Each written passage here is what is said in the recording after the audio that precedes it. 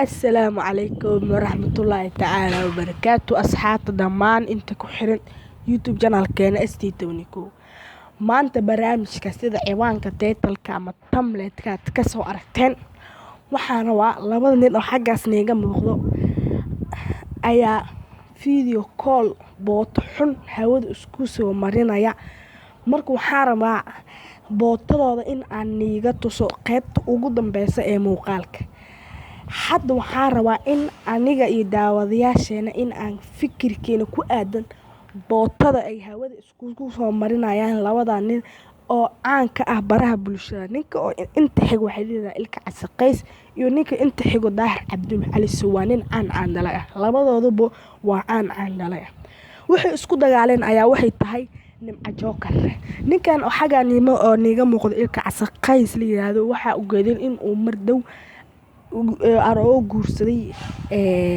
fanaanada maxalli jiray Nimca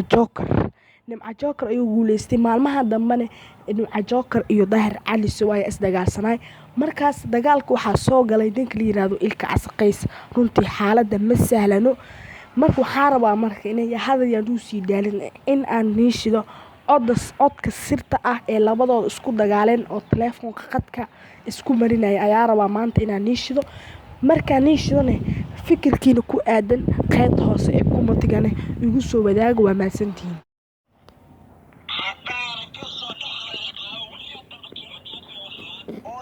حتى كسر لحد ودي كرعي أنا وش هي متى حتى يوتيوب كنا عم تفكر كسر لحد ودي كرعي أنا وش هي متى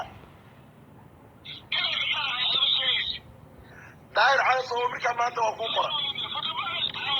لا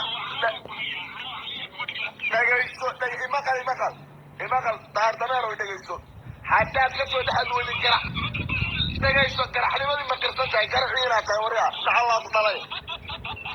كسر لحظة وأقصنا يا كسر لحظة والله وبالله وطلع صدق الله أوكي